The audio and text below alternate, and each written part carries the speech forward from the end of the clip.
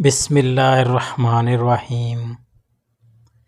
دادا جان ایک قصہ سنایا کرتے تھے کہ کسی گاؤں میں ایک شخص نے مردہ عورت سے زنا کا گناہ کبیرہ کیا۔ بادشاہ وقت ایک نیک صفت شخص تھا۔ اس کے خواب میں ایک سفید پوش آدمی آیا اور اسے کہا کہ فلاں مقام پر فلاں شخص مردہ عورت سے گناہ کا مرتکب ہوا ہے، اور اسے ساتھ حکم دیا کہ اس زانی کو فوراً بادشاہی دربار میں لا کر اسے مشیر خاص کے عہدے پر مقرر کیا جائے۔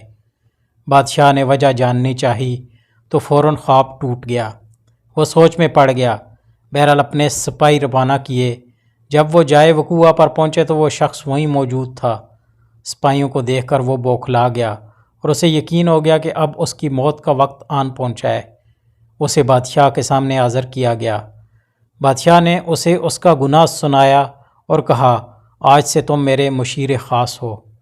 دوسری رات بادشاہ کو پھر خواب آیا تو بادشاہ نے فوراً اس سفید پوش سے اس کی وجہ پوچھی کہ ایک زانی کے ساتھ ایسا کیوں کرنے کا کہا آپ نے؟ سفید پوش نے کہا، اللہ کو اس کا گناہ سخت ناپسند آیا۔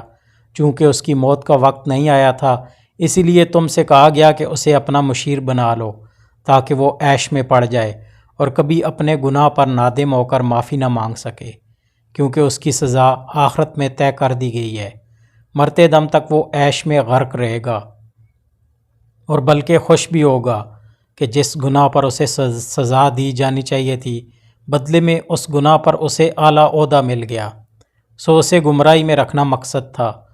دادا جان اٹھے، میرے سر پر ہاتھ رکھا اور کہا، بیٹا، جب گناہوں پر آسانی ملنے لگے تو سمجھ لینا آخرت خراب ہو گئی اور توبہ کے دروازے بند کر دیے گئے ہیں۔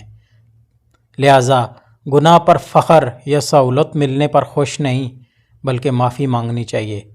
اور اگر تم خدا کی نافرمانی کر رہے ہو اور خدا تمہیں پھر بھی نواز رہا ہے تو سمجھ جاؤ وہ تمہیں دنیا کے نشے میں مدہوش رکھ رہا ہے۔